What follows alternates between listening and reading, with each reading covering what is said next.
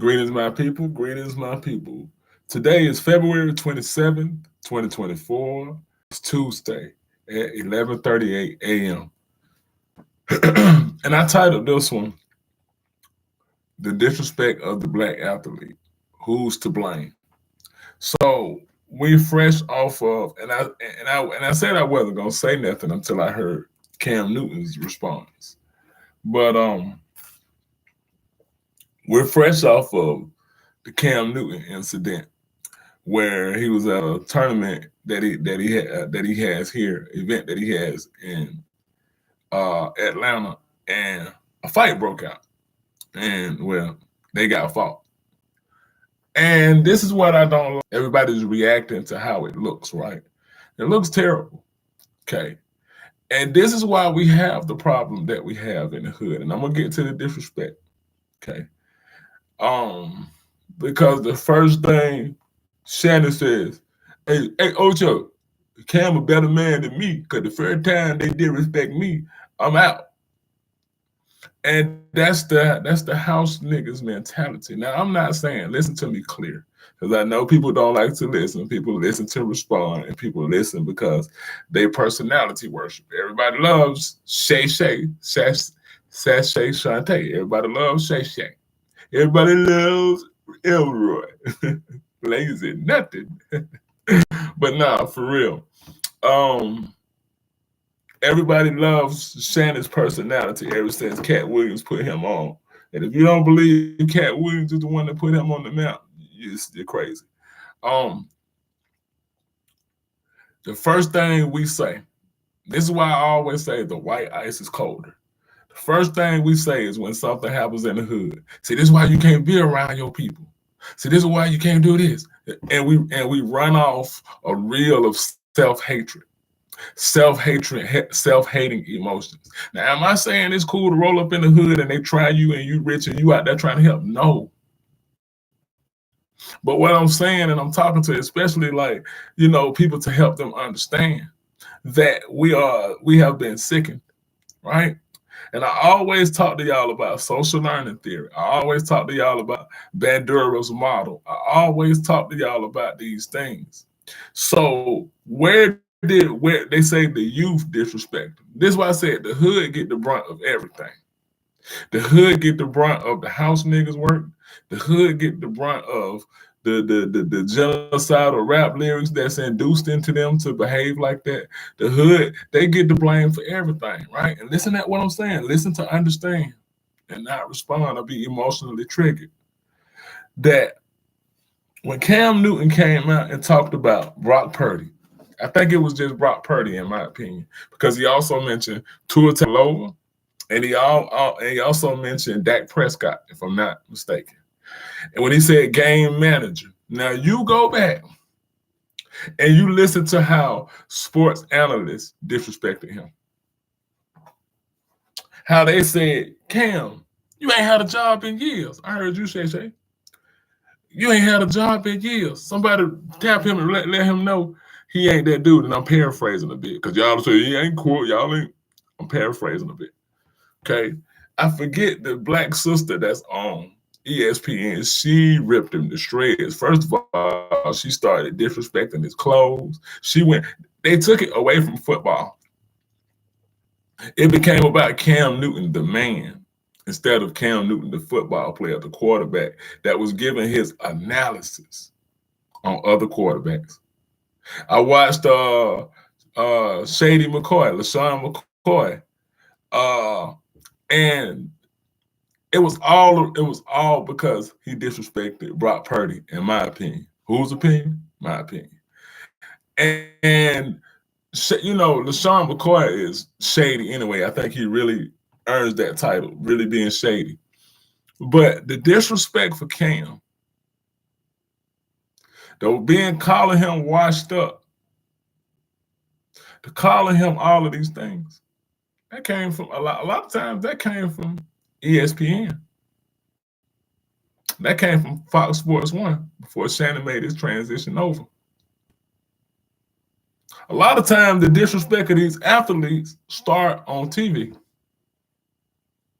How many times have we heard Stephen A. Smith called Kwame Brown a bona fide scrub.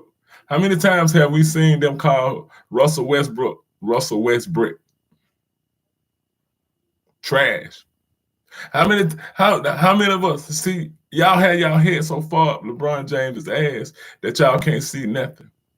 How many people saw Shannon Sharp almost ring lead getting Russell Westbrook about the league when he was playing with the Lakers? Every day he was in the media and they was trashing him, and he was the blame guy, saying he didn't come to work, he didn't show up, he's not producing.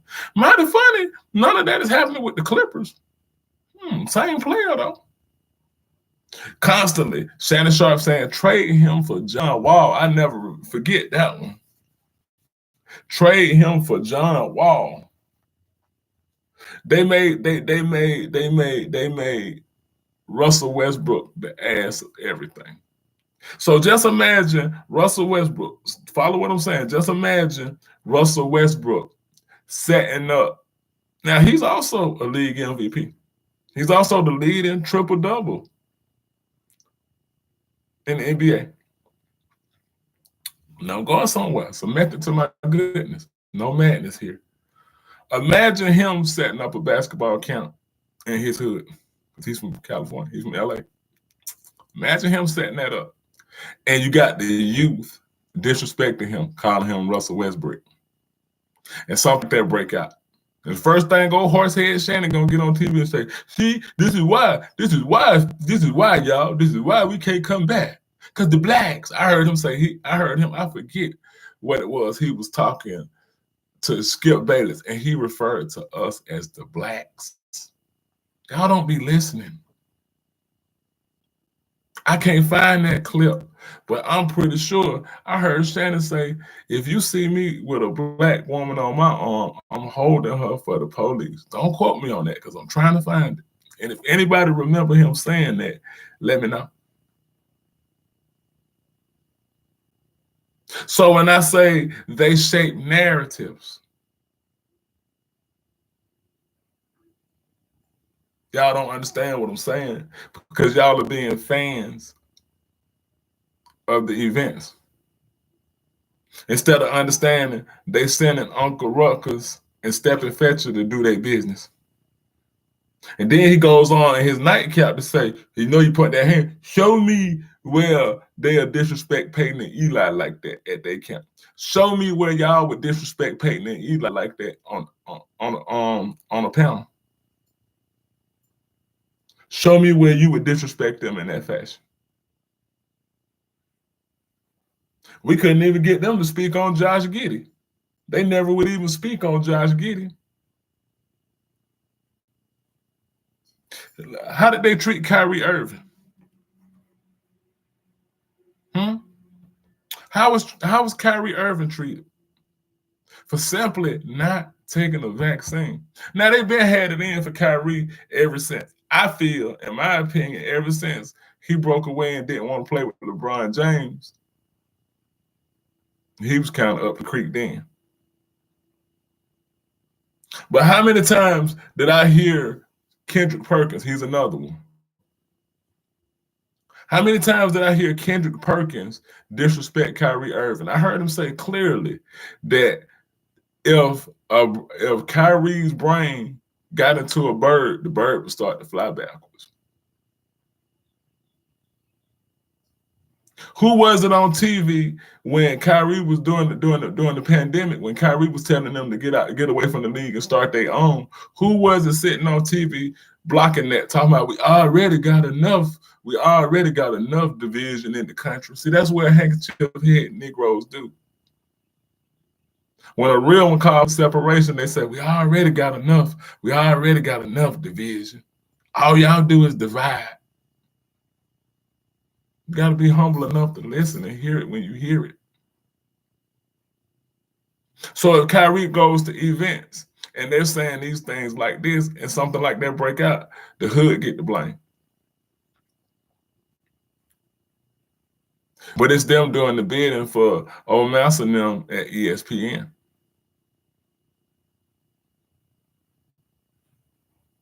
Hold on, time out, flag on the play, roughing the passer. Did we forget? Hold on, did we forget Shay, Sashay, Shantae? Did we forget that last year you almost got into a brawl yourself?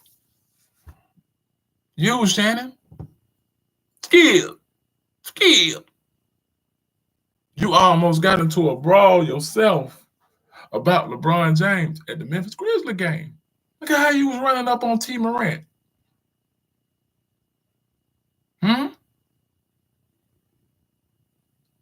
Look at how you was running up on the you courtside at those young men's jobs. You were not a basketball player.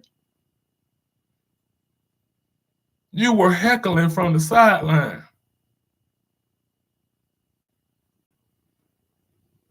And when they responded, you behaved in a fashion like that.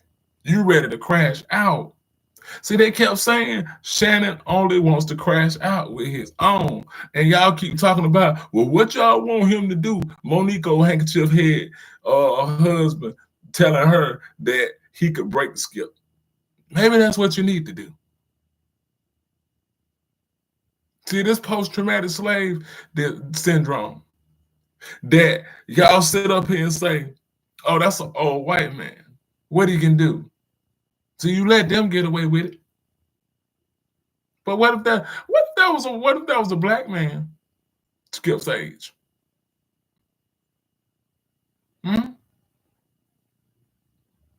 Oh, so the message Shannon giving to you is disrespect okay as long as you're getting paid for it. As long as you under contract, you can't just walk away, right? And that's the message y'all giving to you. So let a white man sit across the way from you and say, put your glasses back on. After he disrespected Damar Hamlin in a tweet. Said the game feels so meaningless now.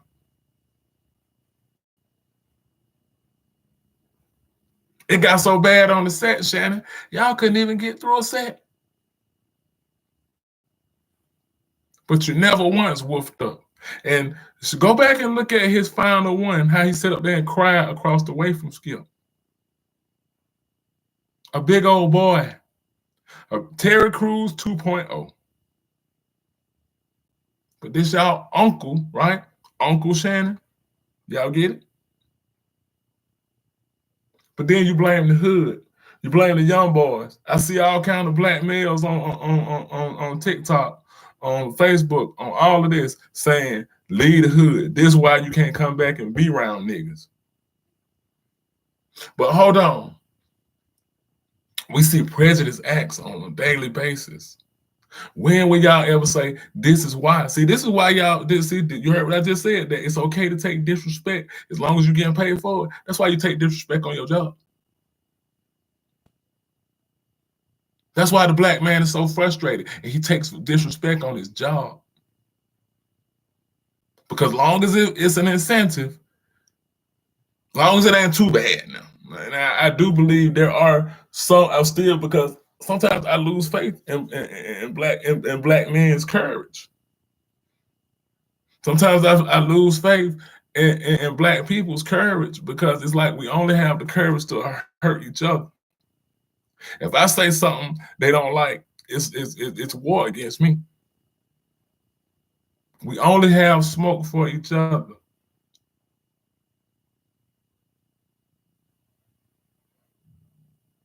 Think about what I'm saying.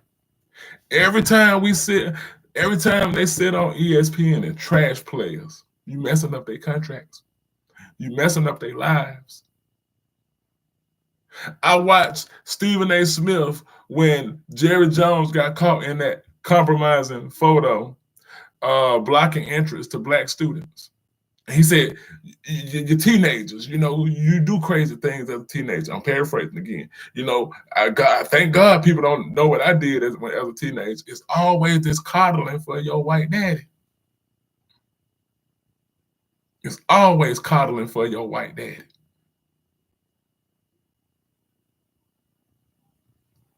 is we don't have enough evidence when it comes to Josh Giddey. Well, what evidence did y'all have when Kyrie posted that on his IG? What evidence did y'all have to do him the way y'all did him? The youth is looking at this. The only way they can be successful and be accepted as a black man is if they homosexualized and behave like Tyler Perry and effeminized, thugged out in prison, gangster rapper, or a sellout. Those are the only options. Because most of the evolutionary energy is compromised. And don't take my phrase. I know y'all if y'all start hollering evolutionaries. Most of the evolutionary energy is compromised. There's no more Malcolms. There's no more Garveys. And if they do, guess what they do? They call you irresponsible. They call you divisive. And Nana Malcolm said this in one of his lectures. He said they call you irresponsible leader when you outspoken. That's why it's big up to Eric Mays. That spirit is gonna be really missed. That spirit, that brother is gonna be really missed, and because he was so good for a brother like me to see a black man that's outspoken. Because in Outkast song Babylon, he said, "Hold it down, they shut you down when you speak from your heart." Now that's hard. While we ranting and raving about gats, they make them gats. They got some shit that'll blow out our back from where they stay at. I always love that bar. I always love that line right there. They hold you, they shut you down when you speak from your heart. Because they want the black man scripted. They want the black man talking about how many women he deserves while never doing right by the one he got. They want Negro stereotype. They know Shoemaker, Jermaine, what's his name, Shoemaker. They know Umar Johnson is not a threat. So that's what I said, the evolutionary energy is mostly compromised. There's some solid brothers that kick up dust now. That's not what I'm not saying there's none. There's some solid brothers and sisters that kick up dust. But I'm talking about like mainstream, what we see. The ones that's in a position to affect, influence. It's all self-centered. You know what I mean? So I just wanted to drop that. And I want y'all to think about that. Before y'all always talk about leaving your people behind. Where you going to go? Oh, you're going to go surround yourself by their ancestors? The descendants are the ones who destroyed your ancestors because the media doesn't work against them.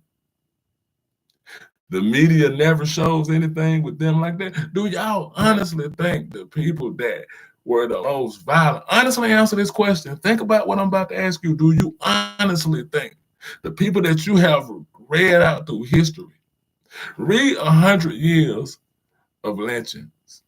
Seriously. Read 100 years of lynchings. And when you read that, read Medical Apartheid by Harriet A. Washington. Get through those books and tell me, do you think the people that originated and started that are just peaceful? They don't do nothing? That's what y'all telling me. That we have out-violenced. That's a word, out-violenced them. That we've become more deadly. So we always say, show me where white folks do this. When we sang on white folks praise and got your mouth on their sack, we always say, we the only race that blah, blah, blah. And then we go. And I'm not saying a lot of this stuff isn't valid, the comparisons, but I get tired of the over comparison. Does that make sense? I'm not saying the comparisons shouldn't be had and we shouldn't observe our behavior. That's not what I'm saying. But what I'm saying is we sometimes overdo it to where we forget who these people are, what they have done, what they are doing. We say black on black violence, and then we listen to them get ready to go to war with other countries. That's not white on white violence. Oh, that's war. That's necessary. That's rules to war. Make it make sense. So let me get back to my comparison. Let's do a comparison. Show me where a young black man has went into a school with a rifle and unalived multiple. Show me multiples too. Don't show me one. Because our culture is a collective of things. Show me. Show me where we, throughout history, we have, since some of us want to paint the picture of us being degenerate before the white boy. Show me where we have went into their homes and took their children and lynched them, abused them, unalived them. So what does that have to do with the topic of what I'm saying? What that got to do with the point that I'm saying?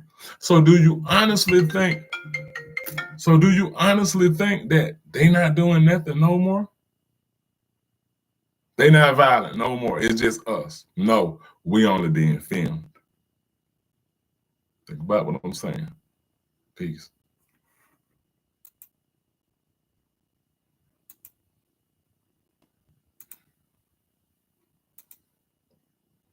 Can't end my life.